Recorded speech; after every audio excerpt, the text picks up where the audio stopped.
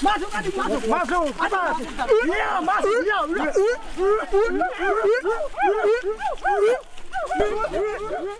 Kayu besi rawa sepanjang 17 meter ini disiapkan untuk membuat salib. Melihat panjangnya, timbul pertanyaan, siapakah yang akan disalib? Siapapun itu, pasti sesuatu yang lebih besar dari mereka. Tapi Frankie Woro, Casimilus Awe, dan warga suku Auyu di Papua Selatan ini tak akan melukai siapapun. Mereka memakai salib ini sebagai tanda perlawanan.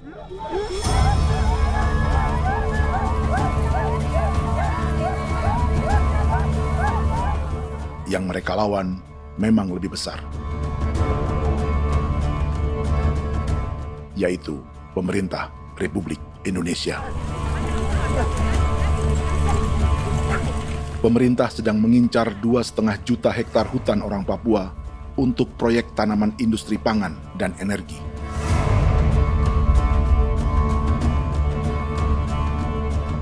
Ratusan kilometer dari salib orang-orang Auyu itu, orang Muyu sedang menyiapkan gerakannya sendiri. Tapi kali ini dalam bentuk sebuah pesta.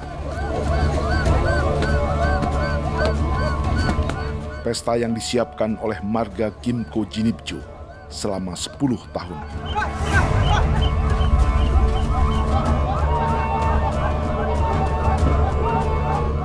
Sosok di marga ini adalah Willem Kimco, orang asli Papua yang tak punya kartu identitas kewarganegaraan manapun.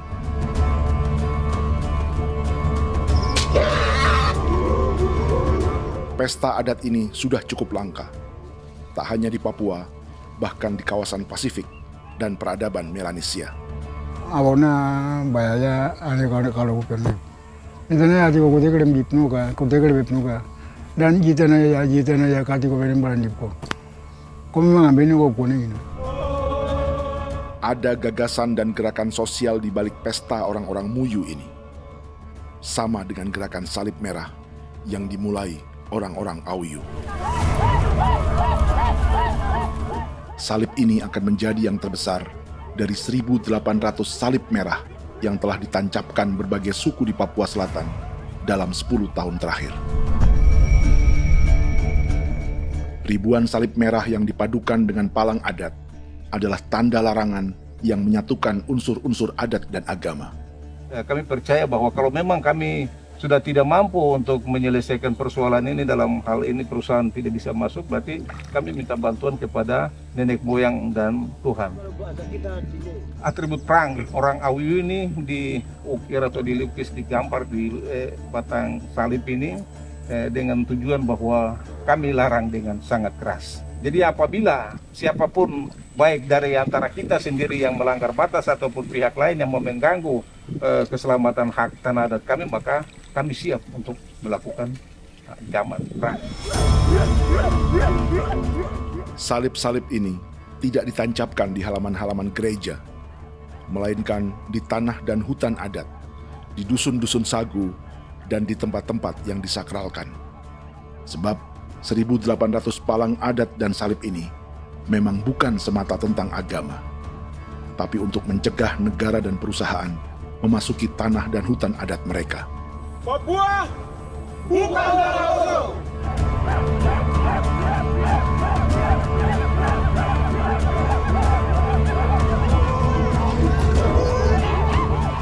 Di zaman TikTok ini, kami ingin menceritakan semua ini lewat film yang pendek.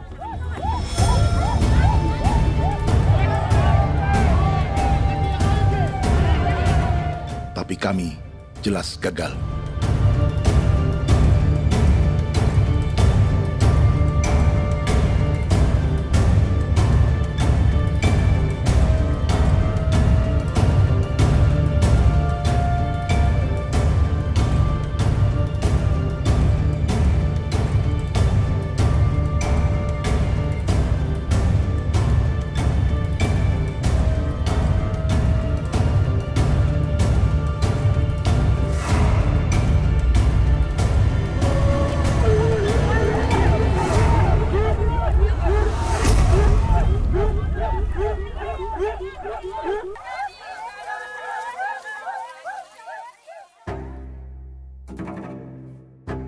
Di planet ini, ada 5 pemilik hutan hujan tropis terluas yang tersisa. Kongo di Afrika, Brazil, Peru, Bolivia, dan Indonesia.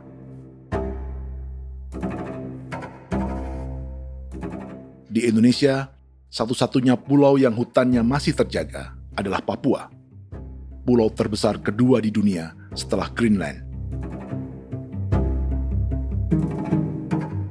Lewat sejarah kolonialisme yang panjang, pulau ini kini dikuasai 2 negara. Bagian barat oleh Indonesia yang juga dikenal sebagai West Papua, dan bagian timur menjadi Papua Nugini. Dan tepat di perbatasan ini, di bagian Indonesia, sedang terjadi proyek pemusnahan hutan terbesar di dunia.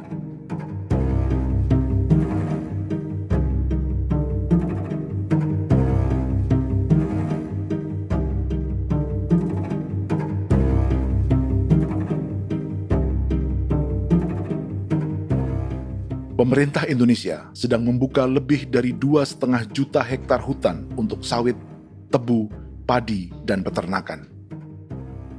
Ini disebut proyek strategis nasional untuk lumbung pangan dan energi yang jadi ambisi 3 presiden. Bagian terbesar direncanakan untuk mencetak sawah seluas 1,3 juta hektar. Lalu bagian lain akan ditanami tebu seluas 560.000 hektar untuk gula dan bioetanol.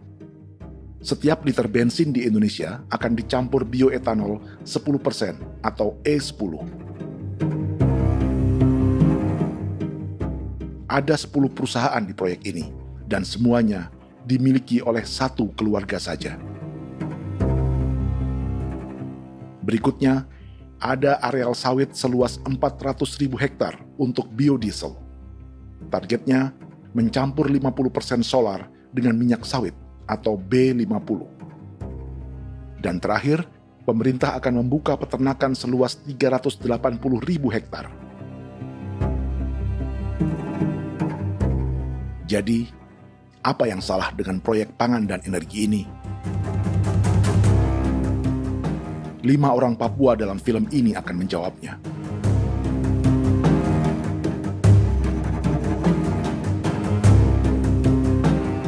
Yang pertama adalah Yasinta Moiwen dari suku Marin.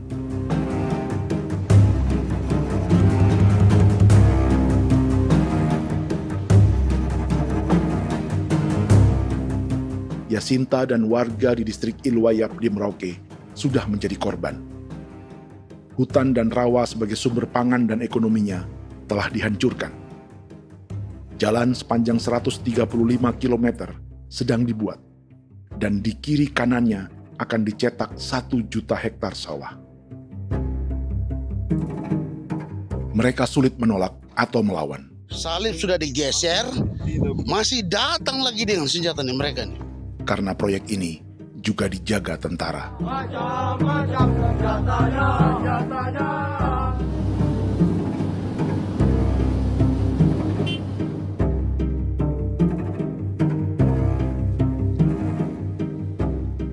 Yang kedua adalah Natalis Buer di distrik Tanah Miring, Merauke. Petani milenial ini merasa ditelantarkan. Sebab setelah hutannya diubah menjadi sawah, sebagian sawah-sawah ini tak tergarap.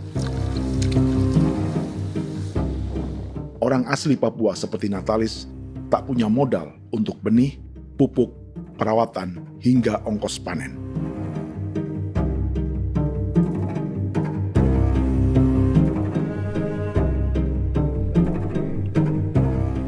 Orang ketiga adalah Vincent Kuipalo dari suku Yenan di distrik Jagebob, Merauke. Vincent dan suku Ye sedang menjadi korban. Hutan adat orang-orang Ye sedang dihancurkan untuk perkebunan tebu dan bioetanol. Tanah mereka juga diincar untuk markas-markas militer, pasukan yang akan menjaga proyek pangan dan energi ini.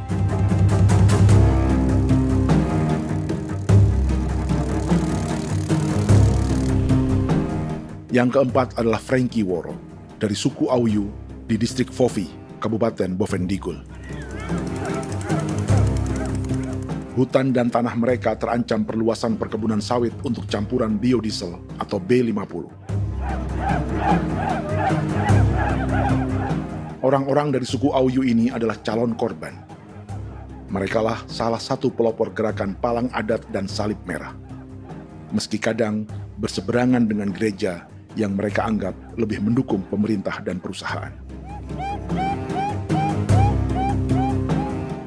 Mereka bahkan sedang merencanakan gerakan yang lebih besar, dengan salib yang lebih besar. Tanah milik Somu Sobisiba itu bahwa tanah ini diciptakan oleh Tuhan dan memberikan warisan kepada kami. Kami ini hanya hak jaga.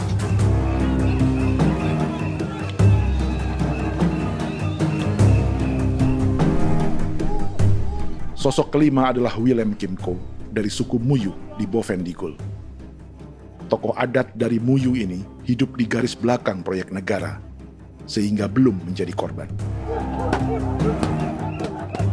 Tapi mereka sedang bersiap menghadapi segala kemungkinan. Tinggal di belantara dan perbatasan membuat sebagian mereka tak punya status kewarganegaraan. Tapi mereka telah hidup jauh sebelum ada Indonesia atau Papua Nugini.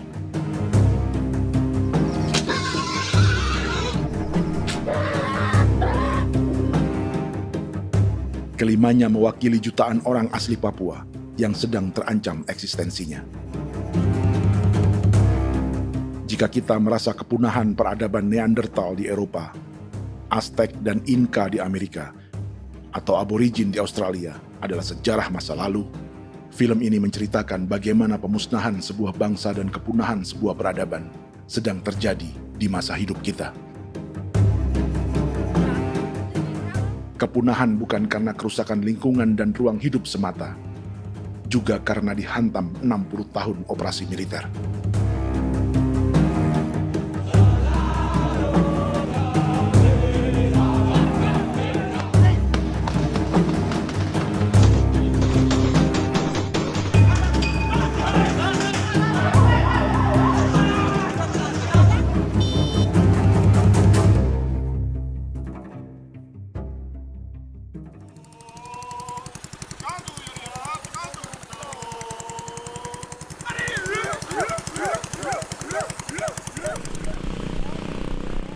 Frankie Woro dan orang-orang Auyu sedang berburu. Tapi lokasi perburuan mereka mulai dikuasai perusahaan perkebunan sawit.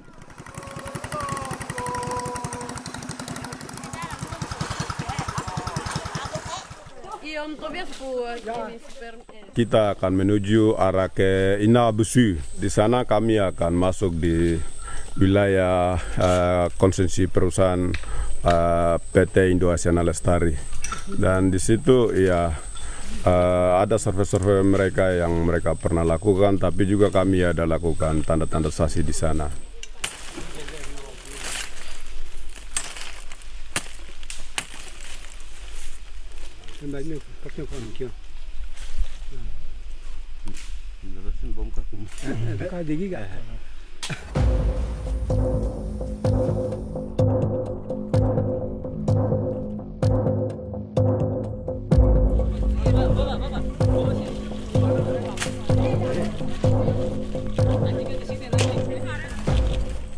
Dapat dengan yang induknya, tapi karena induknya dia lari dan terlambat kerja, akhirnya yang bisa kita dapat dia punya anak ini saja. Ini kalau pakai bahan kayak asli.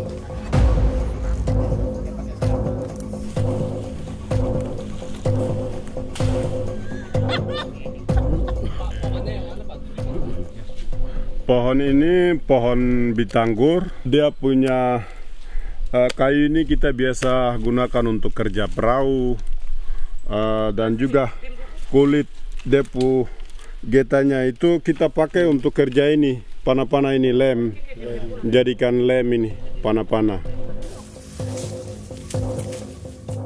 Hutan ini adalah supermarket bagi suku Auyu. Juga lumbung pangan atau bank untuk menyimpan deposito kekayaan alam. Hutan juga tempat yang penuh dengan sejarah suku, situs budaya, dan tempat-tempat sakral. Inilah yang sedang mereka pertahankan dari incaran pemerintah dan perusahaan. Untuk semua alasan ini, mereka menancapkan ribuan salib merah.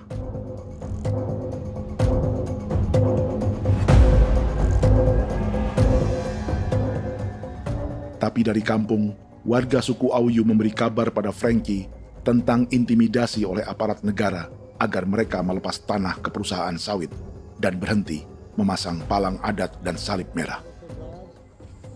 Ada beberapa titik yang saya sudah siap, tetapi di sini emergensi dari saya, terutama di kampung Sokanggon, PT Damai Timber.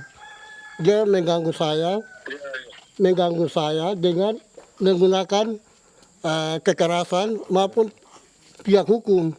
Dan kemarin saya ada pernyataan penolakan secara resmi, tapi masih tetap dalam menggunakan pihak hukum untuk masuk, untuk harus dituntut saya untuk harus diterima perusahaan itu. Kita di situ ada 15 marga, tetapi 15 marga juga tidak setuju. Marga-marga siapa yang terima dan marga-marga mana saja yang menolak. Nanti kita lihat dari pertimbangan itu, dan di situ dan kita undang mereka untuk bicara dengan kami. Sebagai sosok yang aktif dalam gerakan, warga Auyu terus memberi informasi lapangan kepada Frankie yang tak selalu berada di kampungnya. Pernyataan yang mereka paksa saya untuk tanda tangan itu, tapi sementara saya tidak tanda tangan. Data semua ada di tangan saya. Ya. Baik, kalau gitu itu lebih bagus karena tanda tangan itu yang berbahaya. Iya. Tanda tangan itu yang lebih berbahaya karena sekarang ini modern dan canggih, dan itu yang mereka biasa pakai untuk tipu muslihat. Mereka biasa pakai itu di tanda tangan itu. Betul. Dari Bambisa juga di Sofia dia masuk untuk memaksakan kami marga untuk harus menerima perusahaan itu. Tapi kemarin kami sudah menolak. Babisa di sini nama bosku. Itu yang sekarang strategi militer yang sekarang mereka pakai. Jadi yang penting masyarakat itu yang benar-benar mau menolak siap dukung ketua marga siapa yang nanti tampil. Ini adalah peta konsesi sawit untuk biodiesel dalam proyek strategis nasional. Dan di distrik Fofi inilah orang-orang Auyu hidup dari sungai dan hutan. Tapi Frankie di Bovendigul masih lebih beruntung. Setidaknya dibandingkan Yasinta Mowien di Merauke yang sudah kehilangan hutan dan rawanya.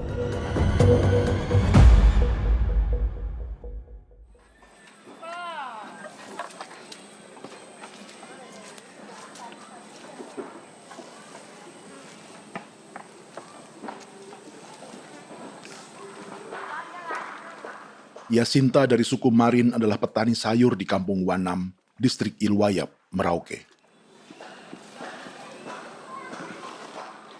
Memanfaatkan lahan yang ada, ia berkebun dan menjual hasilnya ke pasar kampung. Ini ekonomi warga di Wanam untuk menghasilkan uang, lalu memberi barang kebutuhan yang tak bisa mereka produksi sendiri. Tapi kehidupan sebenarnya ditopang oleh ekosistem hutan dan rawa. Inilah sumber pangan utama dan peradaban mereka.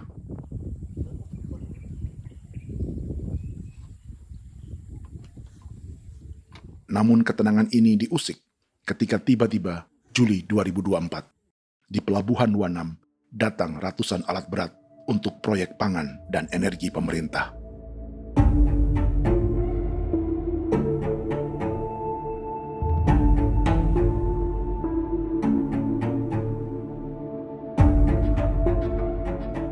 Kami masyarakat setempat kami tidak tahu. Kami kaget pagi-pagi kapal sudah ada di pelabuhan kami.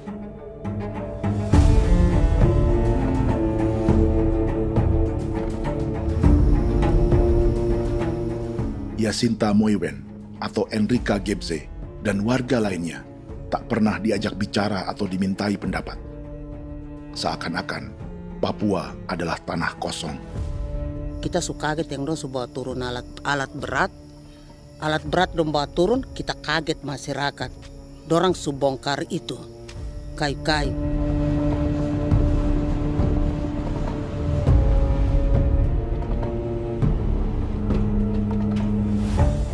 Bersamaan dengan alat-alat berat itu, juga berdatangan tentara Indonesia untuk mengawal proyek pembukaan hutan milik Jacinta.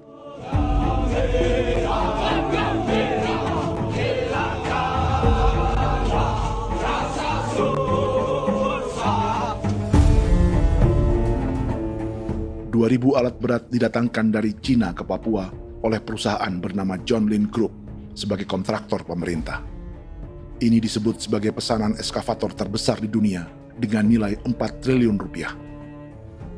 Misinya membuka hutan dan rawa milik orang Marin, salah satunya untuk membangun jalan sepanjang 135 km.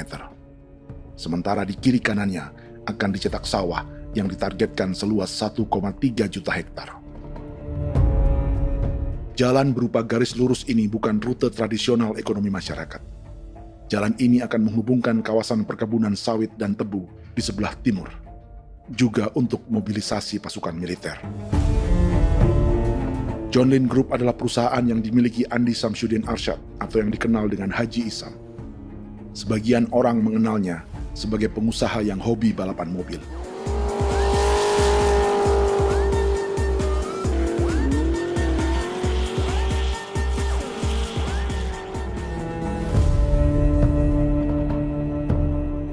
Tapi di Kalimantan, ia berbisnis batu bara, perkebunan sawit, pengolahan karet, penerbangan, perkapalan, dan biodiesel. John Lin Group kini juga menjadi pemilik perkebunan tebu dan pabrik gula terbesar di Indonesia. Sayapnya melebar dari Kalimantan hingga ke Bombana, Sulawesi Tenggara. Perkebunan tebu, pabrik gula, dan industri bioetanol inilah yang juga sedang dikembangkan di Papua. Foto ini adalah momen ketika Isam bersama kerabatnya, Menteri Pertanian Amran Sulaiman dan Menteri Pertahanan Syafri Samsudin meluncurkan program biodiesel atau B50 di Kalimantan Selatan. B50 artinya setiap 1 liter solar, 50%-nya akan dicampur minyak sawit. Perusahaannya, PT John Lin Agroraya, menjadi salah satu pemainnya.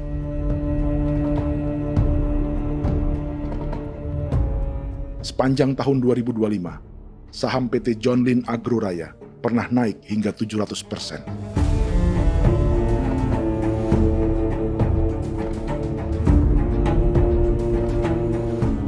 Perusahaan sawitnya yang lain, PT Pradiksi Gunatama, sahamnya bahkan pernah naik 4.000% hanya dalam 1 tahun. Dari harga saham ini saja, nilai kekayaan keluarga Isam diperkirakan mencapai 100 triliun rupiah lebih, menjadikannya salah satu keluarga terkaya di Indonesia dan salah satu pemain penting industri bioenergi. Dan di Papua Selatan inilah sebagian sawit-sawit untuk mendukung program B50 akan ditanam. Inilah tanah orang-orang Wambon, Muyu, Marin, Yei, atau Auyu seperti Frankie Wor.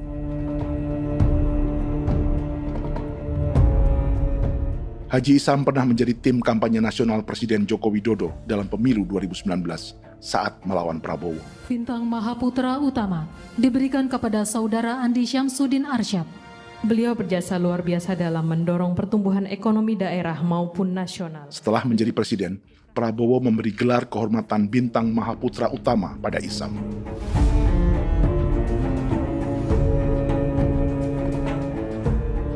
Sejumlah menteri Prabowo, juga kerabat dan orang-orang yang pernah bekerja di perusahaan Isam.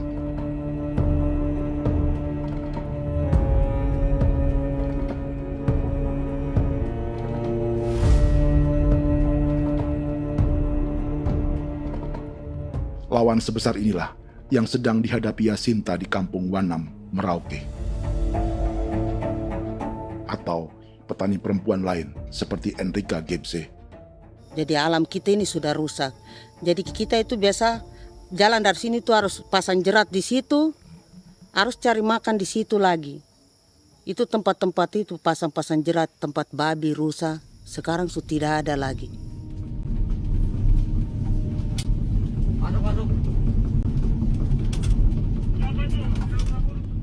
Rekaman ini memberi gambaran bagaimana Kasuari kehilangan rumah di bekas hutan dan rawa yang telah dibabat.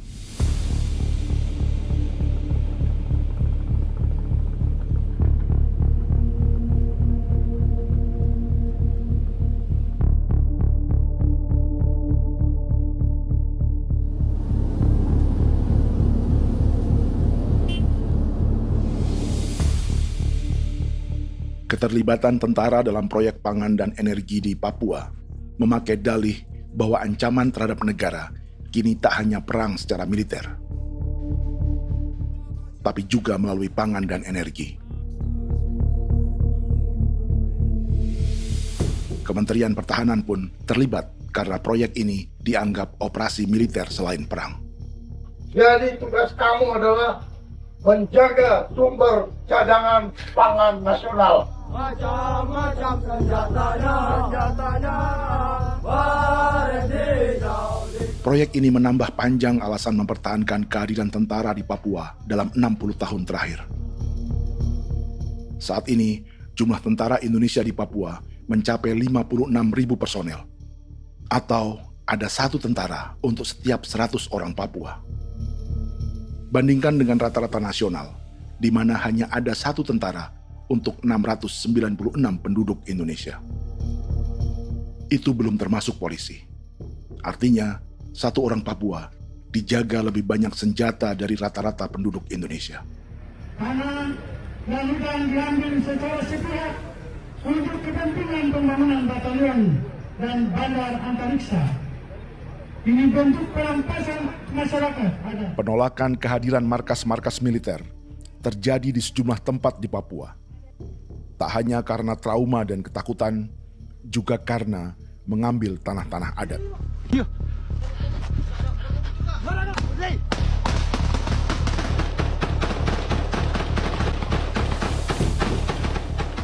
Salah satu alasan mengapa militer terus ditambah di Papua, karena masih ada perlawanan dari Organisasi Papua Merdeka atau OPM selama 50 tahun terakhir. Ayo. Tapi kekuatan militer OPM diperkirakan hanya 1.430 personel dan 360 pucuk senjata. Selebihnya, mereka menggunakan senjata tradisional.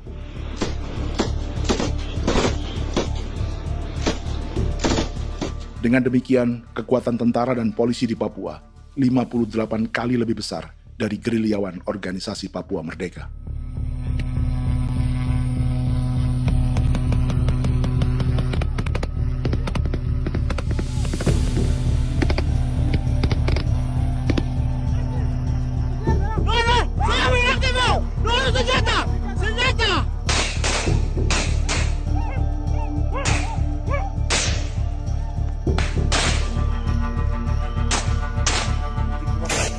Sebagian tentara berada di garis depan pertempuran, tapi sebagian besar lainnya terlibat operasi non-tempur menjaga proyek pemerintah dan investor swasta.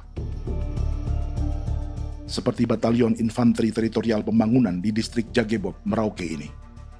Lokasinya bersebelahan dengan konsesi lahan tebu untuk gula dan bioetanol milik PT Murni Nusantara Mandiri. Baik perusahaan maupun markas militer, keduanya mengambil hutan milik suku Ye dari marga Kuipalo. Tapi orang datang tanam ini saja di sini, tanam papanama ini. Victor Kuipalo menunjukkan apa yang terjadi. Jadi kita juga kaget ini.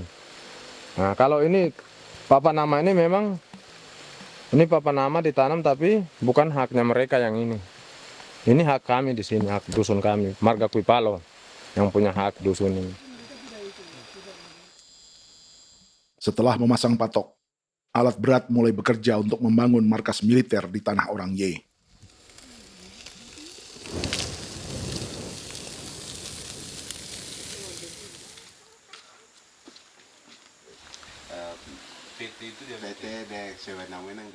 Kehadiran markas militer mengkhawatirkan warga yang pernah mengalami trauma. Takut kenapa? Kalau macam yang awal macam sekarang Bu Kampung hidup ini kan aman. Terus kenapa harus didirikan korem di sini? Bukankah dengan adanya korem semakin aman, ada tentara di sini? Kalau untuk kampung kayaknya tidak bisa aman kalau ada tentara, paling masyarakat dipukul itu ini. Kalau kampung hidup begini malah saya sejahtera dan saya punya masyarakat. Apa pernah ada pengalaman buruk sebelumnya dengan tentara di daerah sini? Ada yang cerita waktu pos-pos di sini tuh di 13, 12 itu zaman katanya Patimura. Memang kasihan. Malah kita punya orang ini yang dianiaya betul, dipukul. Disuruh kerja bakti tidak mau atau lama mencari, namanya kita pangkur sagu itu butuh waktu 1 minggu. Kalau lama begitu ya paling diseret apa pukul itu. Operasi militer Indonesia di Papua dimulai tahun 1962 lewat Operasi Trikora. Tapi perlawanan bersenjata pertama di Papua baru dilakukan tahun 1965 di Manokwari. Nanti tanggal 1 Mei jam 12.30 pemerintahan di Irian Barat mutlak akan jatuh di tangan.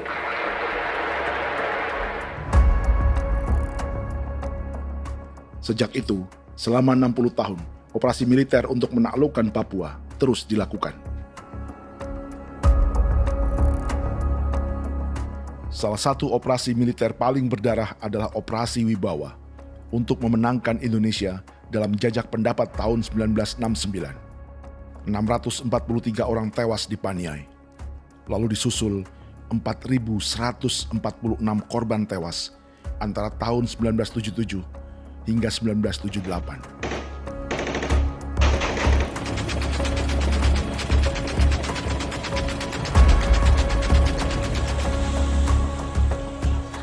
Operasi militer ini menimbulkan gelombang pengungsian hingga kini. Dewan Gereja Papua mencatat 103.000 orang menjadi pengungsi pada tahun 2025 dan nyaris tak diberitakan media-media Jakarta. Jumlah pengungsi terbesar tercatat di Nduga yang mencapai 20.000 jiwa. Banyak di antaranya yang sedang hamil, seperti Jubiana, salah satu pengungsi Nduga. Takarik mesti kagi be muguruk berselari di namen wane gosel bigari me egirik munene an nimbo mesle berselar nene wam darik lek prak de oi gore bangal no so ndak lo yo nandam yanet ndang no yat de nanen di ko nerwa membri wal marwa egirik munene wa tri bel no semana ngal siak ya ber kumbik nyak masala orena me wo solo rina men wani go semane kuman nak wani wani ndemo lo ndak misrina men bre go lo nak no semane ne be minute waru ra kana bi ndige war be mino pragit de laina bulan maret april yana mana kantan barak na lire na bam ne Jubiana lalu menamai anaknya pengungsi Kogoya. Selain Jubiana, juga ada Emma dari Maibrat yang melahirkan di hutan. Sampai di kampung begini, katanya bilang ada tentara yang bangun jembatan. Ya, capek itu juga pun masih tahan. Kembali lagi ke hutan lagi. Seperti itu sampai saya jatuh di tengah jalan. Orang sampai terbanting di kayu semuanya. Berasa sakit begitu. Melengkapnya tuh Domika Serli, pengungsi Wako. Masyarakat sipil dari Kampung Aitrem sementara mengungsi karena kampungnya sementara dikuasai oleh TNI Polri. Seratusan ribu pengungsi di Papua saat ini jauh melampaui jumlah yang mengungsi ke Papua Nugini tahun 1984, yaitu 10.000 orang karena menghindari operasi militer.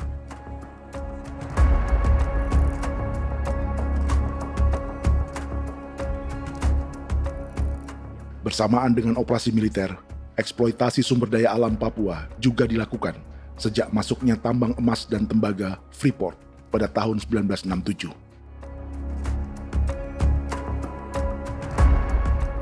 Disusul perkebunan sawit awal tahun 1980-an.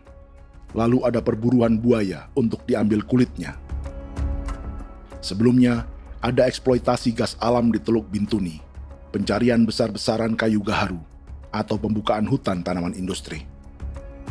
Ini belum termasuk perburuan dan perdagangan ikan arwana di selatan Papua, penebangan kayu merbau dari hutan-hutan Jayapura, emas di Blok Wabu Intan Jaya, bahkan nikel di pulau-pulau kecil Raja Ampat.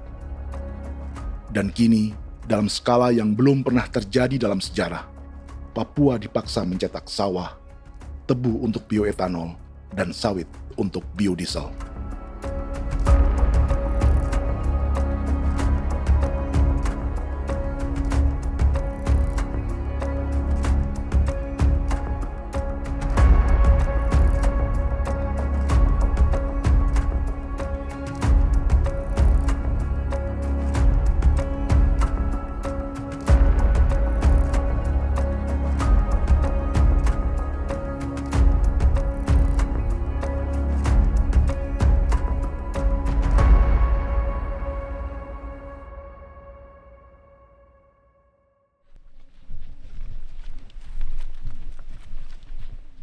Inilah yang sedang menimpa keluarga Vincent dan Victor Kuipalo di Merauke.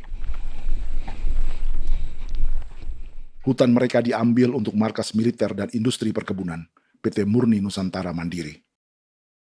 1 dari 10 perusahaan yang diberi konsesi untuk menanam tebu dan memproduksi gula serta bioetanol seluas 52.000 hektar.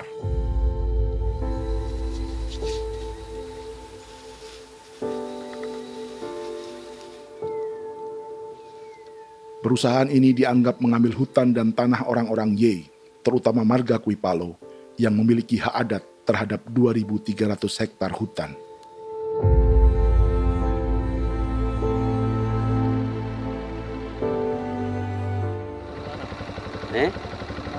Tentara? Tentara. Oh iya, tentara.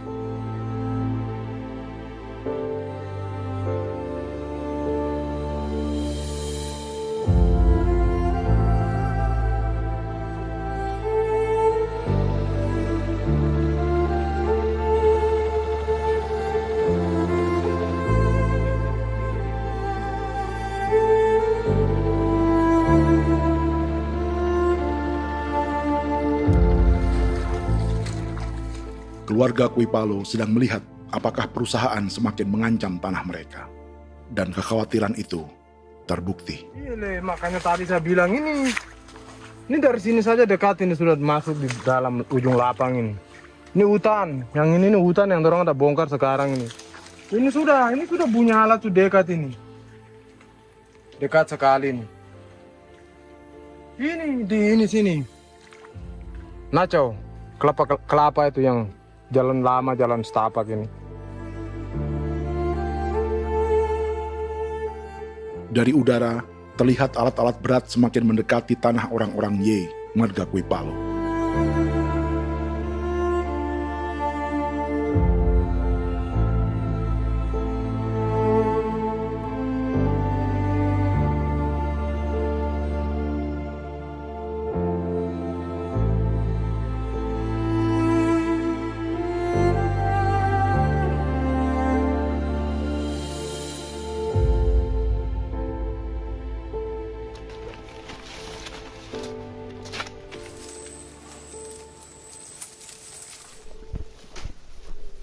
Keesokan harinya, Victor dan kerabatnya memberi tanda cat merah di pohon-pohon yang berada di batas tanah mereka.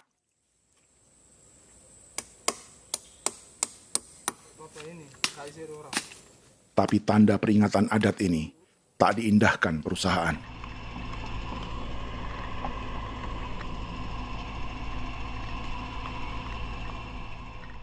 Dua bulan kemudian, perusahaan tetap memasuki tanah marga Kuipalo. Sama-sama.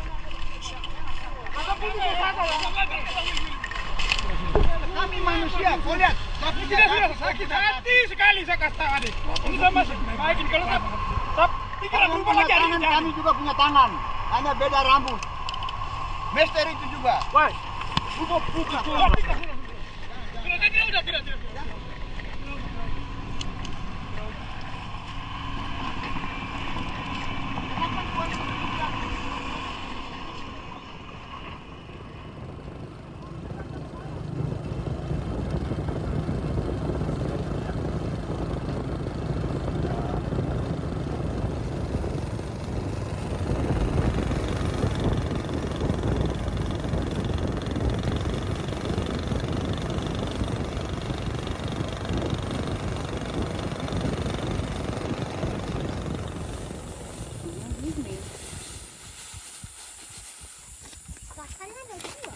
Kita masuk sini.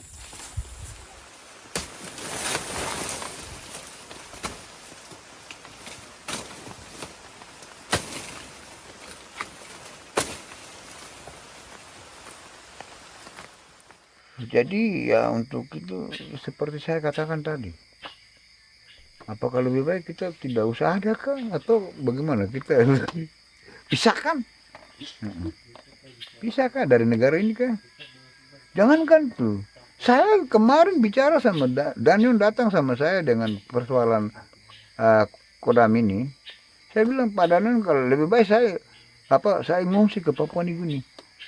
Dia bilang, aduh Bapak jangan begitu. Ya memang, kalau tidak bisa menghargai kami, lebih baik pilihan yang itu yang saya memilih. Lebih baik saya pindah dari sini. Saya mengungsi ke Papua Nugini, di negara tetangga. Masih di long. Apa? Ada ini. Saya bilang sama Kapolsek, Pak Agustus ini 17 Agustus saya tidak kasih naik bendera merah putih. Saya bendera ada, nanti saya taruh di meja.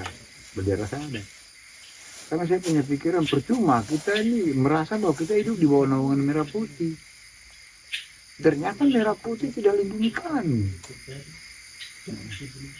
Tidak anggap kami sebagai kami rakyatnya. Dia lambang negara. Dan kami menghargai lambang negara itu. Ternyata lambang negara ini, kita bernaung di bawah lambang negara ini, kita tidak dilindungi. Hak kita tidak dihargai.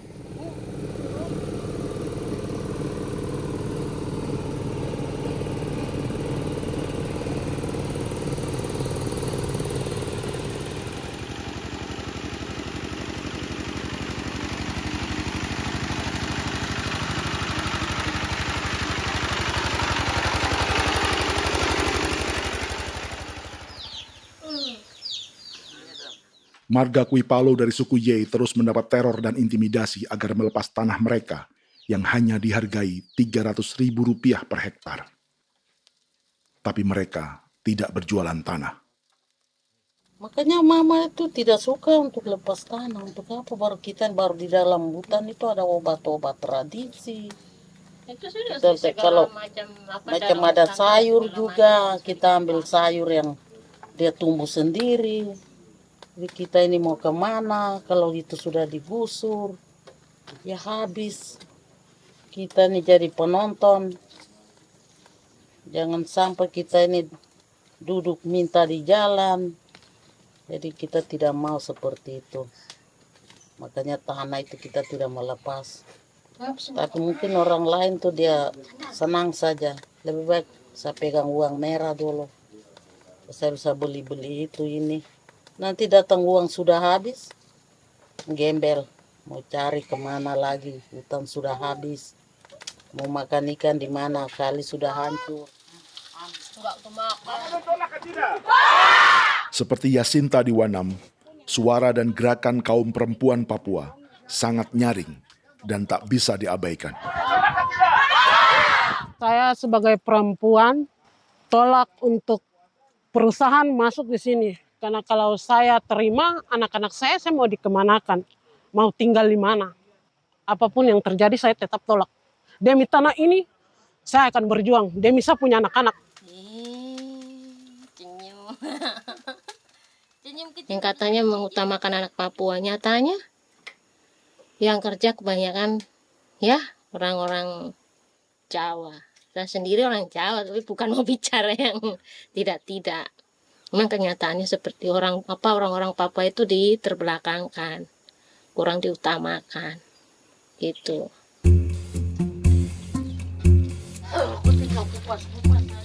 Proyek food estate seperti mencetak sawah bukannya tak diikuti warga Papua.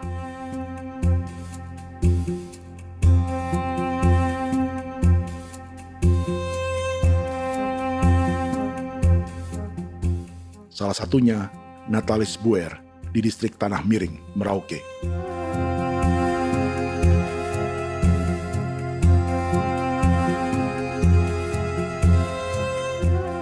Setelah menghabisi hutan, pemerintah Indonesia mencetak sawah untuk tanaman padi karena beras mulai menjadi makanan pokok menggantikan sagu. Sebagian besar penggarapnya adalah warga transmigran yang datang sejak era 1980-an. Bahkan petani transmigran sudah ada sejak Belanda membuka proyek padi kumbe di distrik Kurik. Lokasi yang sering jadi langganan pejabat Indonesia memamerkan sawah di Papua. Tapi Natalis juga ingin belajar menanam padi atau bersawah. Namun ia kesulitan karena dibutuhkan modal untuk benih, pupuk, hingga pemeliharaan dan panen. Lalu sawah-sawah ini pun mulai dikuasai pendatang.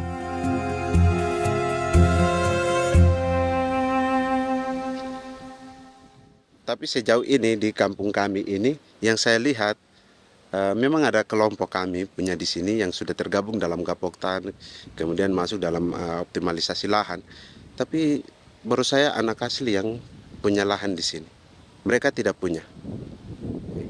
Pemerintah dalam hal ini adalah Kementerian Pertanian bersama-sama Kementerian Pertahanan yang dalam hal ini pada garis di bawahnya adalah TNI Angkatan Darat memberikan support yang maksimal kepada masyarakat khususnya di Merauke dalam rangka. Saya kemarin habis 9 juta.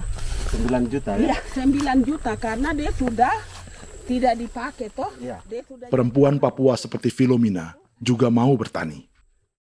Pemerintah memberi bantuan Rp900.000 per hektar lewat program optimalisasi lahan atau OPLA.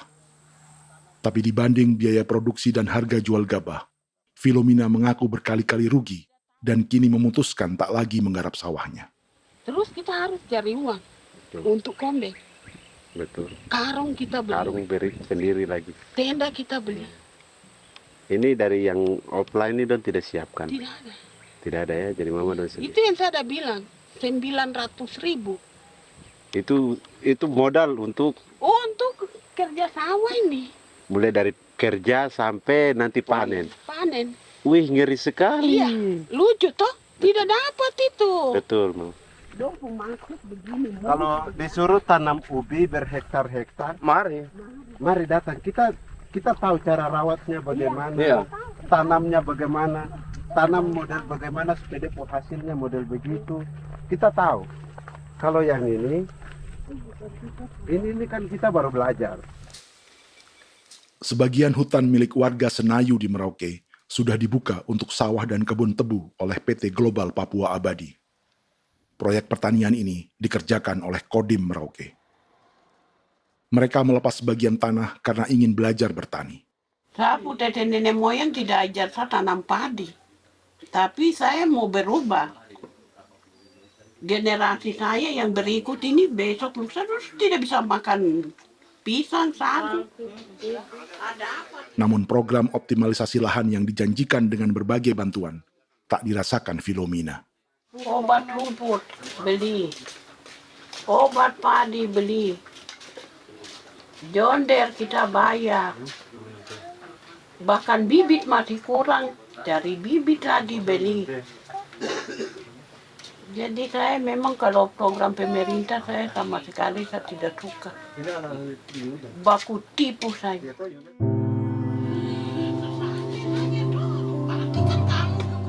Mereka merasa ditinggalkan sendiri, jatuh bangun belajar bertani padi. Sementara sumber pangan dan air yang semula mudah didapat, kini telah berganti sawah dan kebun tebu. Dulu kita masih bisa jalan, nanti masak di kali, pakai air kali. Minum pakai air kali. Sekarang, kok mau masak? Tidak ada air. Air sudah susu, mau minum tidak bisa. Sudah dengan obat. Drone semprot debu itu saja drone. Drone yang semprot. Saya lihat di itu. Jadi kita bukan drone yang terbang di atas untuk disemprot. Dong lempar pupuk di bawah ya dia mengalir ke kali. Mengalir ke kali, ke rawa-rawa.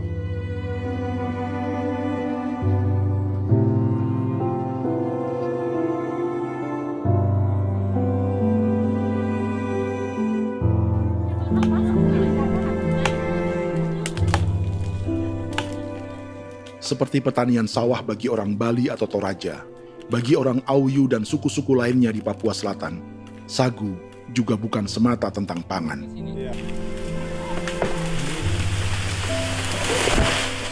Bagi orang Auyu dan Marin, sagu adalah kerabat, sosok orang tua, sosok nenek moyang yang harus dijaga dan dilindungi. Lagi bikin apa mama ini mama? Pakai tokok itu sagu.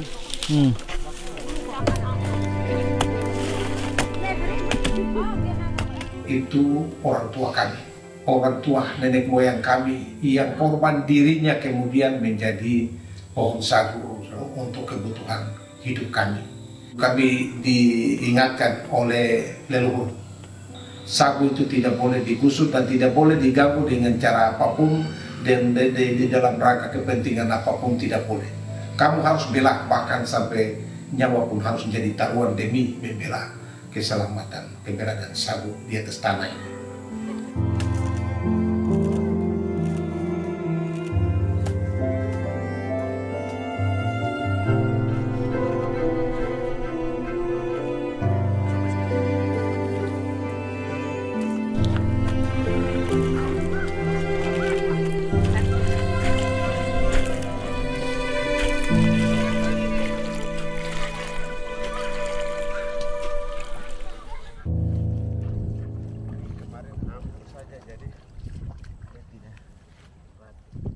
Menurut Natalis, pemerintah di Jakarta mendefinisikan lumbung pangan semata urusan beras dan mencetak sawah. Sebenarnya orang Papua itu bukan tidak bisa bertani. Kami tanam ubi itu bagian dari pertanian. Nah, pertanian yang dimaksud oleh pemerintah itu harusnya selalu, itu kalau bisa pemerintah harus spesifikkan. Pertanian apa yang dimaksud? Pertanian tanam padi atau pertanian tanam ubi, petasan dan lain-lain. Ini yang harus dispesifikkan dulu. Begitu, sehingga tidak menjustifikasi kami orang asli Marin bahwa kami tidak bisa bertani. Bukan. Kami buka kebun besar-besar di sana, bahkan bermeter-meter, ratus-ratus meter pakai sekop, bukan pakai ekskavator, tapi ini pakai skop. Itu pertanian, begitu. Bagi Natalis, alih-alih memaksimalkan sawah-sawah yang sudah ada untuk petani Papua, pemerintah selalu membuka hutan baru, seperti dikerjakan perusahaan John Lynn Group dan melibatkan tentara. Padahal, sejarah keterlibatan militer dalam proyek food estate atau cetak sawah adalah sejarah kegagalan yang bertubi-tubi 4 presiden selama 30 tahun terakhir.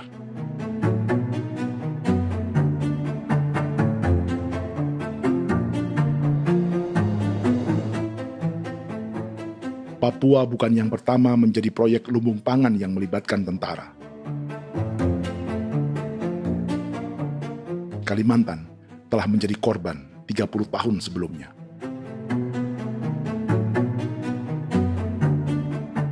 Ini adalah bekas hutan yang sudah dibuka di Pulang Pisau, Kalimantan Tengah. Tahun 1996, di era Presiden Jenderal Soeharto, ia menghabisi 1 juta hutan di lahan gambut untuk mencetak sawah demi memenuhi ambisi swasembada beras, bukan swasembada pangan. Hutan tropis Kalimantan dihabisi dalam skala yang belum pernah terjadi dalam sejarah. Di bawah rezim militeristik, tak ada yang berani melawan keinginan Soeharto, termasuk orang Dayak seperti Kuneng. Nggak bisa dihalangi itu. Nggak boleh dihalangi. Ya kalau ada kata-kata aja menghalangi, sudah kita diseret ke kepolisian dulu. Atau bisa langsung di PKI-kan. Iya, di PKI-kan gitulah. Jadi kita tuh nggak berani apa-apa dulu tuh. Ya. Apa maunya aja. Misal bilangnya A. Setahun setelah pengundulan hutan skala besar itu, tahun 1997, untuk pertama kalinya Kalimantan mengalami kebakaran lahan dan kabut asap terbesar dalam sejarah.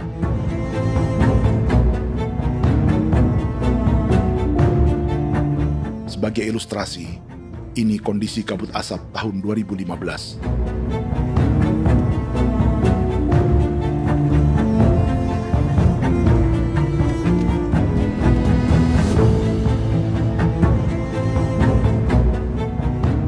Proyek 1 juta hektar sawah Jenderal Soeharto itu gagal. Bendungan dan saluran irigasi mangkrak hingga kini.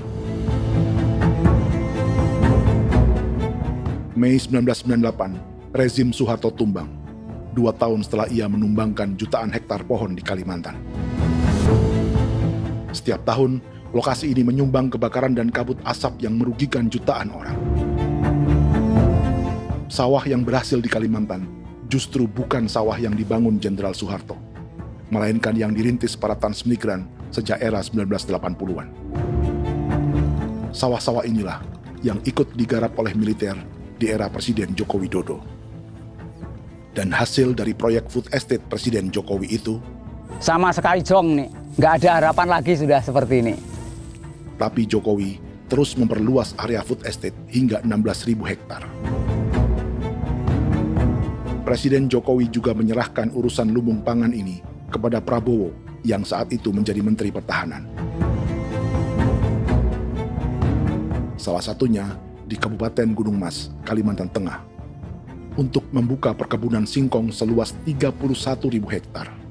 Food Estate Singkong Jenderal Prabowo ini dimulai dengan membuka 600 hektar hutan di Tawai Baru. Proyek singkong untuk bioetanol ini pun dijaga tentara. Dan seperti Jenderal Soeharto, proyek Jenderal Prabowo ini pun gagal.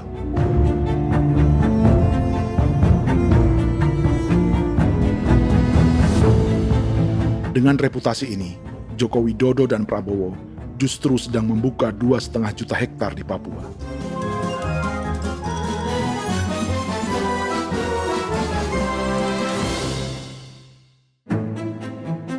Setelah Jenderal Soeharto, Presiden Jenderal Susilo Bambang Yudhoyono juga mencoba membuka food estate di Papua sejak tahun 2010.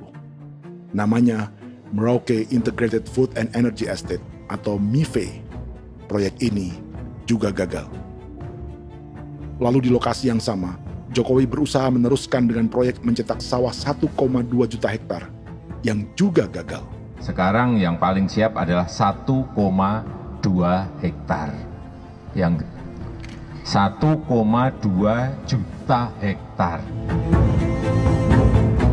Dan kini, Prabowo yang pernah gagal dengan 600 hektar singkong di Kalimantan justru akan mengulangi di Papua dengan skala 2,5 juta hektar. Di daerah Papua pun harus ditanam kelapa sawit supaya bisa menghasilkan juga BBM dari kelapa sawit. Dalam setiap proyek pangan dan energi di Papua, yang lebih menonjol bukan tanaman pangannya, melainkan untuk energi atau bahan bakarnya. Sawit untuk biodiesel dan tebu untuk industri bioetanol. Ada 10 perusahaan yang diberi konsesi hingga 0,5 juta hektar untuk tebu. Dan 10 perusahaan itu dimiliki oleh 1 keluarga saja.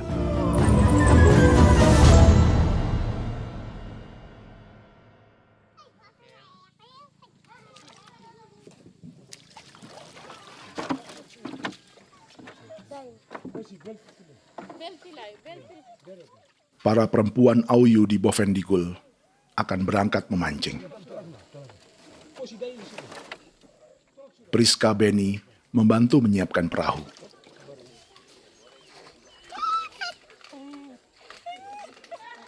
Mereka akan mengumpulkan bahan pangan di hutan untuk persiapan acara penancapan salib merah berikutnya.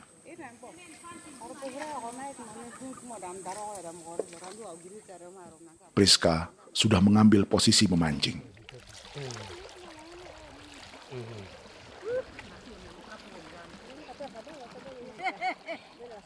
1.800 salib merah telah dipasang di wilayah adat berbagai suku di Papua Selatan untuk menghalau perusahaan sawit dan tebu.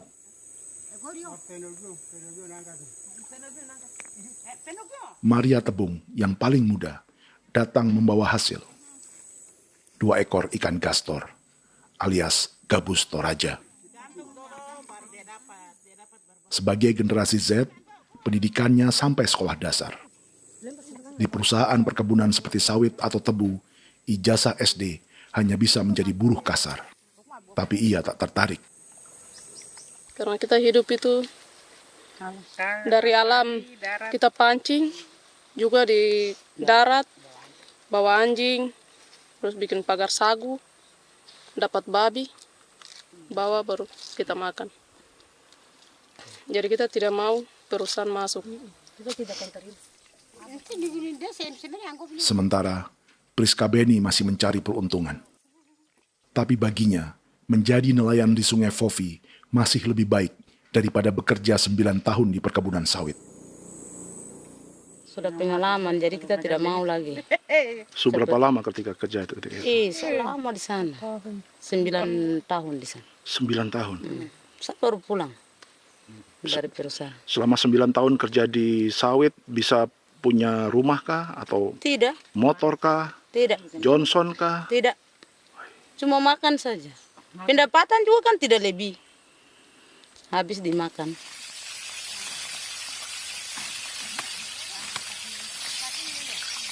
Satu minggu libur berapa hari? Tidak libur. Minggu tetap kerja? Tetap kerja. Tidak bisa ke gereja? Hari Minggu kerja. Hari Minggu juga kerja. Dia tidak mengenal agama perusahaan itu. Di grup perusahaan sawit Korindo, Priska digaji 2 juta rupiah per bulan dan tinggal di mes karyawan. Tapi gaji itu dipotong bahan makanan atau BAMA rata-rata 1 juta rupiah setiap bulan. Korindo adalah grup perusahaan yang salah satu usahanya adalah hutan tanaman industri dan sawit di Bovendigul dan Merauke. Di Papua, mereka memakai bendera PT Tunas Sarwa Ema. Perusahaan ini pernah memberi bantuan pada Keuskupan Agung Merauke. Keuskupan Merauke belakangan mengeluarkan pernyataan mendukung proyek strategis nasional di Papua. Umat Katolik yang memprotes sikap gereja tersebut ditangkap polisi. Jadi selama 9 tahun tidak bisa nabung? Tidak. Makan saja. Makan saja. Makan saja. Menabung bagaimana? Keperluan banyak. Sudah sampai. Habis di anak-anak uang sekolah. Uang 1 juta itu mana sampai. Mau nabung juga tidak cukup. Sudah pengalaman, jadi kalau di sini perusahaan mau masuk tidak.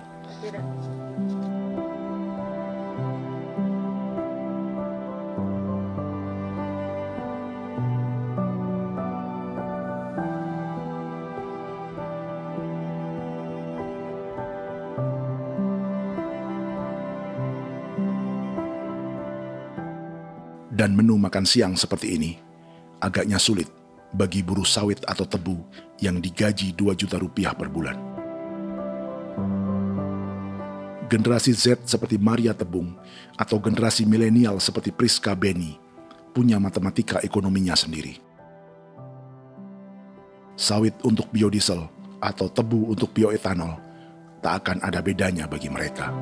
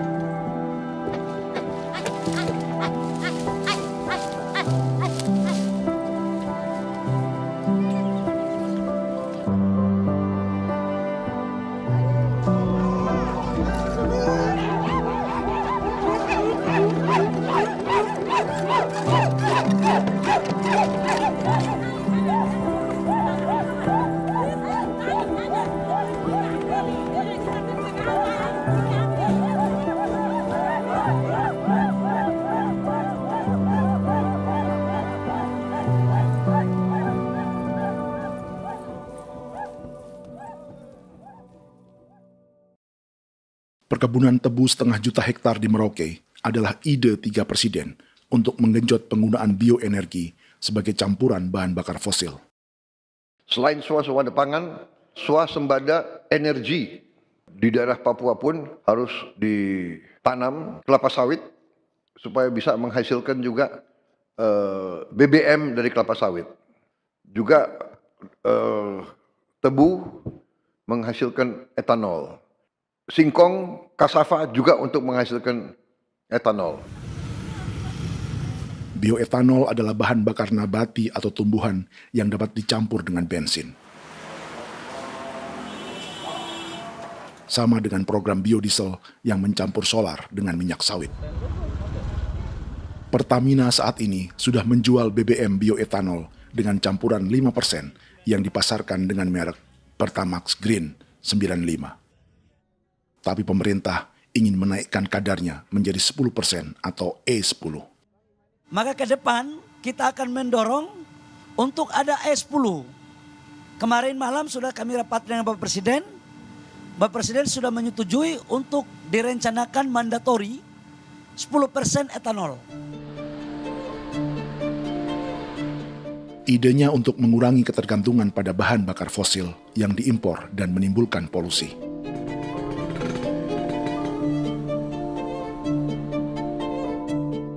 Tapi bioetanol bukannya tak mengorbankan lingkungan, hutan, rawa, dan manusia. Karena program E10 membutuhkan 7,3 miliar liter bioetanol, maka lahan yang dibuka untuk menanam tebu bisa mencapai 1,3 juta hektar. Sementara saat ini, luas perkebunan tebu di Indonesia hanya 500 sampai 600 ribu hektar. Artinya, butuh lahan baru hingga 800 ribu hektar untuk menanam tebu. Dan 500 ribu hektar diantaranya sedang dibuka di Papua. Hutan yang tadinya untuk menumbuhkan pangan berubah jadi tanaman untuk bahan bakar di jalanan. Kecepatan pulihnya hutan beradu dengan jumlah dan kecepatan kendaraan di jalanan.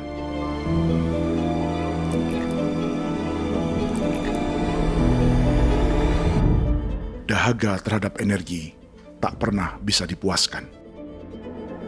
Setelah minyak sawit untuk biodiesel, dunia kini merambah singkong, jagung, dan tebu untuk bioetanol.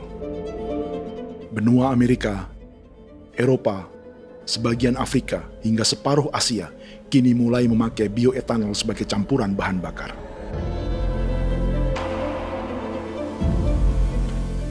Selain perebutan lahan, masa depan dunia juga dibayangi semakin mahalnya harga pangan karena persaingan antara perut manusia dengan tangki kendaraan. Ini adalah lokasi perkebunan tebu dan bioetanol PT Murni Nusantara Mandiri yang mengancam tanah Vincent Quipalo dan orang-orang Ye di Merauke. Beberapa kilometer di selatan adalah PT Global Papua Abadi yang mengancam tanah orang-orang Muyu dan Marin. Dua perusahaan ini adalah bagian dari 10 perusahaan yang mendapat konsesi lahan untuk tebu dan bioetanol di Merauke. Batas konsesi mereka bahkan sama dengan batas negara Indonesia dengan Papua Nugini. Salah satu ciri bahwa peta konsesi ini dibuat di Jakarta dari atas meja. Sama seperti kolonial Inggris dan Belanda ketika mereka membagi Pulau Papua dengan garis lurus pada abad 19. Seakan Papua adalah tanah kosong. Bedanya, meski peta konsesi ini mengatur batas 10 perusahaan, tapi perusahaan-perusahaan ini sebenarnya dimiliki oleh satu keluarga saja. Ini nama 9 dari 10 perusahaan tebu dan bioetanol di Merauke, Papua. 99% saham mereka dimiliki sebuah perusahaan bernama PT Merauke Nusantara Manis. Sementara 1% sisanya dimiliki PT Merauke Gula Mandiri. Tapi saham kedua perusahaan ini dimiliki PT Merauke Sugar Group. Dan perusahaan ini, 90% sahamnya dimiliki pengusaha bernama Angelia Bonaventure Sudirman, serta perusahaan bernama Zico Trust dan Resource Harvest. Lalu 10% lainnya dikuasai PT Papua Energi Abadi, yang pemiliknya adalah Dudi Christian dan Angel Madeline. Sekarang, mari kita lihat siapa mereka. Angelia Sudirman adalah keponakan dari salah satu konglomerat sawit Indonesia, Martias Fangiono. 9 perusahaan di Papua ini berada di bawah bendera Merauke Sugar Group. Dan Merauke Sugar Group hanya satu dari 7 grup perusahaan milik keluarga Fangiono.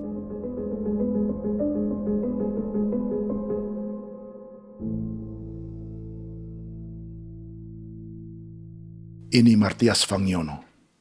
Seperti Haji Isam, Martias selama ini dikenal sebagai pengusaha sawit yang kini merambah bisnis tebu dan bioetanol. Ini momen saat penanaman perdana tebu di Merauke bersama Presiden Joko Widodo Juli 2024. Di sini juga ada anak Martias Fangiono, yaitu Wirastuti Fangiono. Wirastuti adalah salah satu yang menonjol dari keluarga Fangiono. Tahun 2025, Forbes mencatatnya sebagai konglomerat termuda dengan kekayaan 23 triliun rupiah yang mengendalikan 2 grup usaha, FAP Agri dan Surya Dumai Industri. Keduanya adalah perusahaan sawit dan biodiesel. Anak dan bapak ini adalah investor utama bagi Jokowi dan Prabowo untuk proyek tebu dan bioetanol di Papua. Sementara yang ini adalah Martua Sitorus, pemilik raksasa agribisnis dunia, Wilmar International, yang juga memegang konsesi sawit di Papua lewat berbagai perusahaan. Tapi Martua kini memakai bendera baru, yaitu KPN Corporation, atau Karunia Prima Nastari. KPN inilah yang memiliki kelindan bisnis dengan keluarga Fangiono untuk proyek tebu Merauke. Apalagi grup Wilmar yang didirikannya juga pemain gula utama di Australia.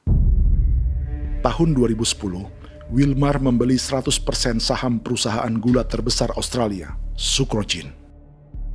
Akuisisi senilai 1,5 miliar dolar Amerika ini langsung menjadikan Wilmar salah satu pemain tebu terbesar dunia. Sebagian bibit tebu yang ditanam di Merauke adalah varietas yang dikembangkan Lembaga Riset Gula Australia atau Sugar Research Australia. Sugar Research Australia lalu menjalin kontrak pengembangan bibit dengan PT Global Papua Abadi milik Fangiono. Tapi masalahnya, Sugar Research Australia adalah badan publik yang tugasnya memajukan petani tebu dan sebagian dananya berasal dari pajak warga Australia. Itu artinya, warga Australia membiayai pengembangan bibit tebu untuk investor dan pemerintah Indonesia. Dokumen ini menunjukkan bahwa lembaga yang dibiayai warga Australia itu pernah memiliki kontrak penyediaan bibit dengan PT Global Papua Abadi milik keluarga Fangiono. Kontrak itu baru berakhir pada November 2024. Artinya, saat Presiden Jokowi dan keluarga Fangiono menanam bibit tebu pada Juli 2024 ini, kontrak itu masih berlaku. Nama lain dalam keluarga ini adalah Siliandra Fangiono, yang pada tahun 2024 dijuluki Raja Sawit Termuda dengan kekayaan 39 triliun rupiah dalam catatan Forbes. Ia mengendalikan grup First Resources. Secara umum, keluarga Fangiono memiliki 20 perusahaan di Sumatera, 32 perusahaan di Kalimantan, 1 di Jakarta, 2 di Singapura, dan 25 perusahaan di Papua. Di Papua, perusahaannya tersebar dari Sorong, Mapi, hingga Merauke. Para politikus dan pejabat Indonesia terus membesarkan konglomerasi, meski Martias Fangiono pernah divonis 1,5 tahun penjara karena kasus pembalakan liar dan kebun sawit ilegal tahun 2007. Sementara tahun 2022, Wilmar terlibat kasus korupsi ekspor minyak sawit dan divonis mengembalikan kerugian negara 11,8 triliun rupiah. Tumpukan uang ini disebut sebagai pembayaran dari grup Wilmar yang diterima secara simbolis oleh Presiden Prabowo pada Juni 2025 lalu. Tapi peran raksasa biodiesel dan bioetanol dunia ini belum akan surut di Indonesia. Bahkan sebaliknya. Sebuah dokumen presentasi bisnis dari Wilmar International Limited pada tahun 2010 ini bisa menjadi petunjuk. Presentasi ini bagian dari proses pembelian 100% saham raksasa tebu Australia, Sucrogen.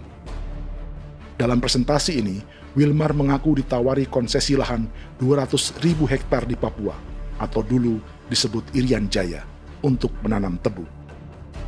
Dengan penerbangan hanya 2,5 jam dari kantor Sucrogen di kota Townsville ke Merauke, Wilmar akan mengawinkan bisnis gula dan bioetanolnya menjadi pemain dunia. Dan lokasi yang diincar oleh Wilmar adalah distrik Ilwayap di Merauke, kampung halaman Yasinta Moiwen. Dan persis disinilah 14 tahun kemudian ribuan eskavator John Lynn Group milik Haji Isam mulai membuka hutan sebagai kontraktor pemerintah. Presentasi dan gagasan ini dibuat oleh Wilmar pada Juli tahun 2010. Sebulan kemudian, Agustus 2010, pemerintah Presiden Susilo Bambang Yudhoyono meluncurkan proyek Lumbung Pangan dan Energi Merauke atau Merauke Integrated Food and Energy Estate. Targetnya membuka lahan 1 juta hektar dalam 5 klaster yang masing-masing 200.000 hektar. Angka yang sama dengan presentasi Wilmar. 5 tahun kemudian, 2015, giliran Presiden Joko Widodo yang mau melanjutkan proyek pangan dan energi 1,2 juta hektar. Menjelang pensiun sebagai presiden, Jokowi kembali menggencarkan proyek ini dan melibatkan Prabowo sebagai Menteri Pertahanan. Jokowi lalu mendukung Prabowo sebagai presiden berpasangan dengan anaknya, Gibran Rakabuming Raka sebagai wakil presiden. Kini, setelah menjadi presiden, giliran Prabowo yang melanjutkan proyek bioetanol dan biodiesel dengan memobilisasi militer dan melibatkan pejabat-pejabat yang juga para elit partai koalisinya.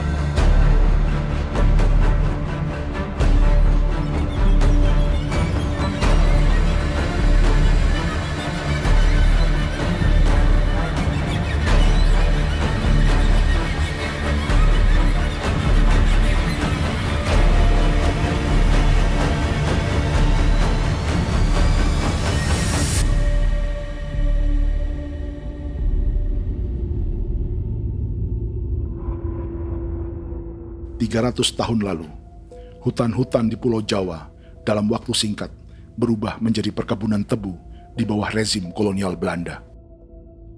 Orang Jawa menjadi buruh dan petaninya dipaksa menanam tebu. Dari kolonialisme dan politik tanam paksa itu, Belanda memperkaya negara dan para investornya. Tak puas membuka hutan untuk perkebunan di Jawa dan Sumatera, kolonial Belanda menanam tebu hingga di Suriname dan mengerahkan ribuan orang Jawa sebagai buruh pada tahun 1890. Inggris yang sudah menguasai negara seluas India dan Papua Nugini pun masih menanam tebu jauh di tengah Samudra Pasifik, di tanah orang-orang Fiji. Lalu memindahkan puluhan ribu orang India menjadi buruh di sana. 200 tahun sebelumnya, ratusan ribu orang Afrika bahkan diperbudak untuk bekerja di perkebunan-perkebunan tebu Spanyol dari selatan Eropa hingga Karibia, Kuba, atau Jamaika.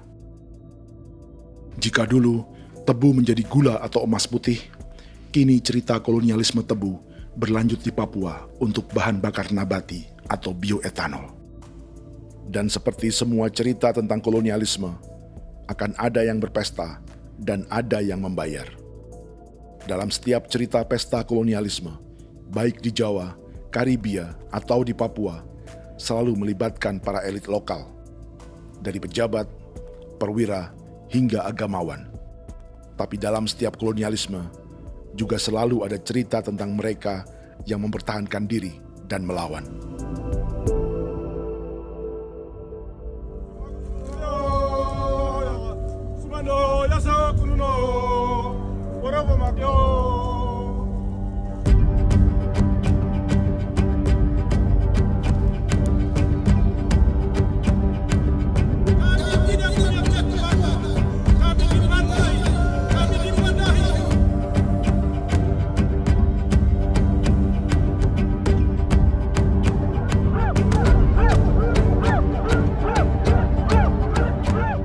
Dalam sejarah Gereja Katolik banyak pemimpin-pemimpin yang adalah tanda petik itu adalah Judas-Judas juga. Jadi itu sudah pasti karena itu adalah manusia. Satu sisi sebagai manusia dalam perjalanan digoda, apalagi ada dalam posisi-posisi jabatan, ya mungkin banyak tawaran-tawaran lain, lalu disitulah terjadi pergeseran keberpihakannya kepada misi gereja tadi itu untuk umat, untuk mereka yang tertindas. Orang kirim eksavator, orang kirim tentara, orang kirim polisi. Pukul kami bukan pencuri, kami tidak pernah mencuri orang barang. Kami tidak pernah menangis ke orang lain. Kami tidak pernah menangis ke kita bapak mama, kami menangis kepadamu. Tuhan kami lemah. Aku tidak tahu. Dia kata, ini hijau cikui. Orang lain datang ke bangsa kami, ke wilayah kami untuk kasih habis kami.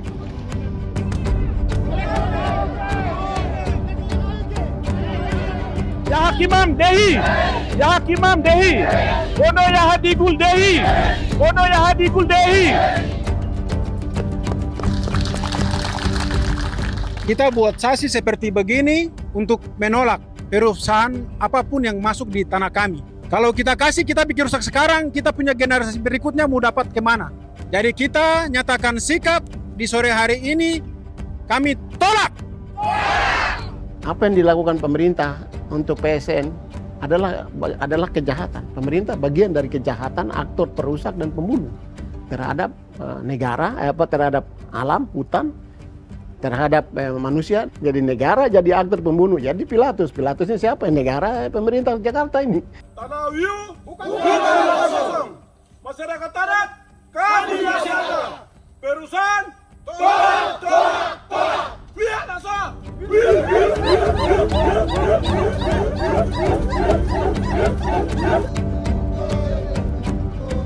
Jika tanah adat dan hutan adat hilang, kami mau hidup di mana? Maka di sini saya mau bilang, negara jangan tipu-tipu kami lagi.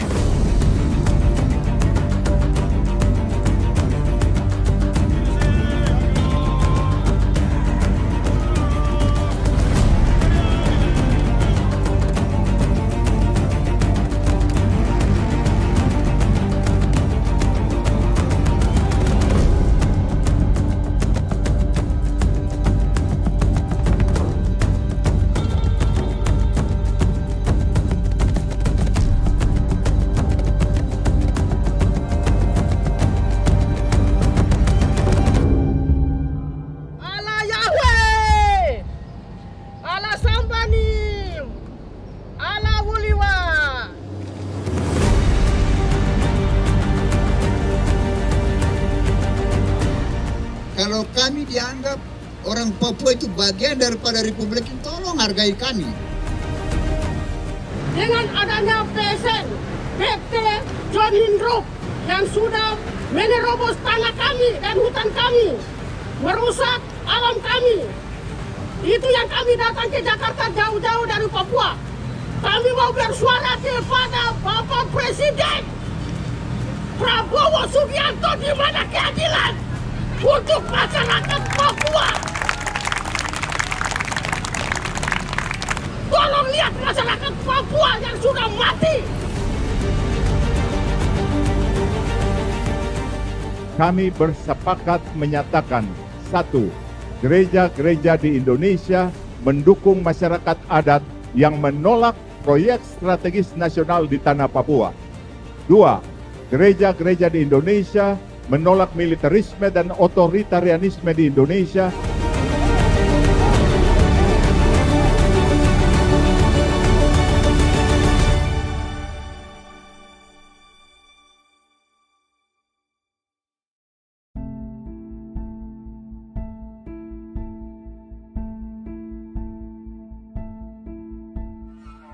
Kita sering merasa banyak hal buruk sudah jadi cerita sejarah.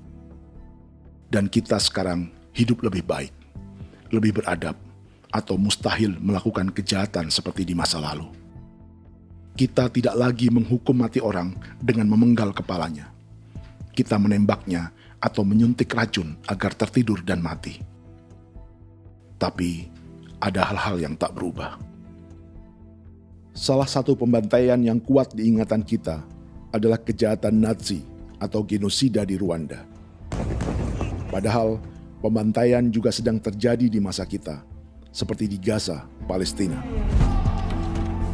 Penghancuran sebuah peradaban seperti Indian di Amerika atau aborigin di Australia juga kita anggap masa lalu.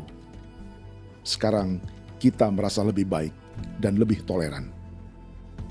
Padahal proses penghancuran bahkan pemusnahan yang sama sedang terjadi terhadap bangsa Melanesia di Papua. Begitu juga dengan praktik kolonialisme. Kita merasa penjajahan seperti dilakukan Portugis, Inggris, atau Belanda sudah menjadi sejarah. Dan Indonesia tidak mungkin menjajah. Padahal itulah yang sedang terjadi dan dirasakan di Papua.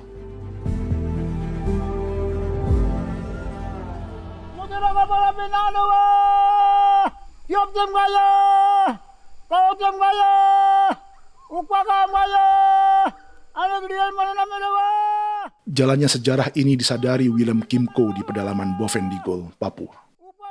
Hidup terpencil dan tak tersentuh urusan negara bukan berarti selalu aman.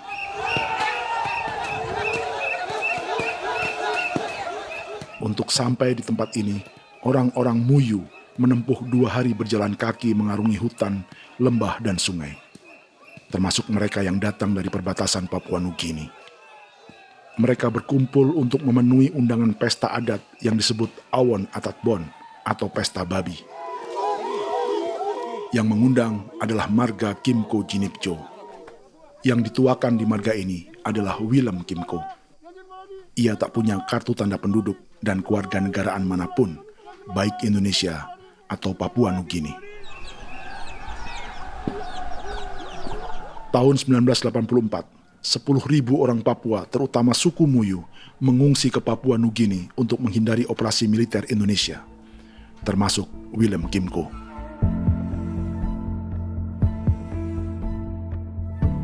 Apa yang membuat pesta adat ini istimewa? Apa bedanya dengan acara serupa yang dihadiri pejabat, tokoh agama, LSM, atau yang direkam oleh kru televisi dan konten kreator? 13, 14, 15, 18. Pertama, untuk membuat pesta babi, orang Muyu perlu persiapan selama 10 tahun. Sebab, babi-babi yang akan jadi bagian dari pesta ini tak boleh dibeli, alias harus dipelihara sendiri. Babi-babi ini bukan bantuan pejabat pemerintah, gereja, atau LSM.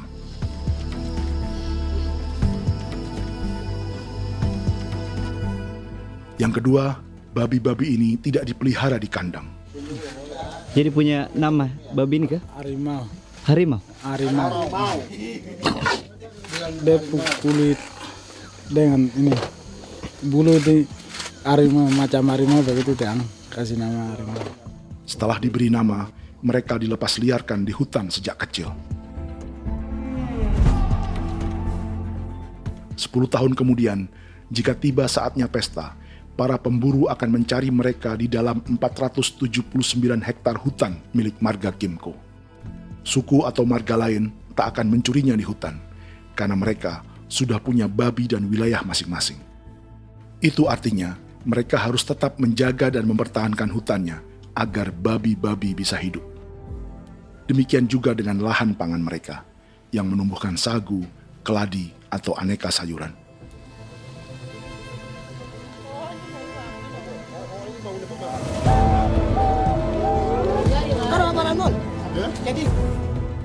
Yang ketiga, dalam Awon Atatbon atau pesta babi, binatang ini tidak dimakan secara gratis. Setiap marga atau klan dalam suku Muyu akan membayar jerih payah tuan rumah menjaga hutan dan memelihara babi.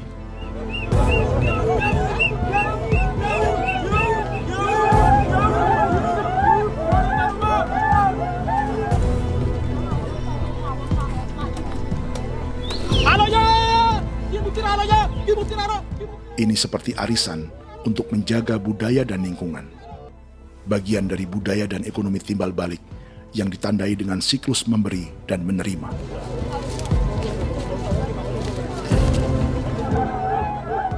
Ini juga cara orang Muyu membangun dan memperluas aliansi. Awon bet begul bet ulan yau kandoet asat peda nani asat peda yang liga nani ado amte nani menene tena ya kepo ke mau kau di mana kepo ke mau mayat nih kep tetek mau yang gol kep kan in between ini ke iftore wen ne tena ya kadek me oke kep kan nanti kutu kepo ke pasar kutu nani kene man gini wane manjo koko kati bolon ya bengo koko kuning bolon ya.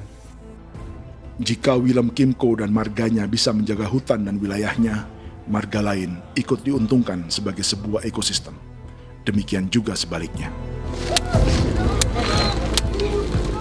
Alasan keempat, mengapa pesta babi ini memiliki tempat khusus dalam peradaban orang Muyu, karena Willem Kimco khawatir peradaban mereka akan punah, menyusul ancaman terhadap ekosistem dan hutan. Setiap marga atau klan harus mengkonsolidasi diri dan membangun aliansi.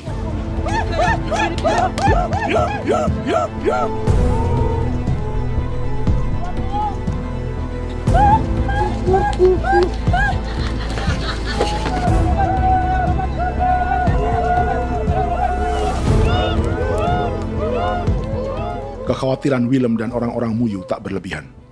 Ruang hidup mereka bersinggungan dengan proyek bioetanol dan biodiesel pemerintah Indonesia. Mereka juga tahu apa yang telah dan sedang menimpa suku lain seperti Auyu di Bovendigul atau Yainan dan Marin Anim di Merauke.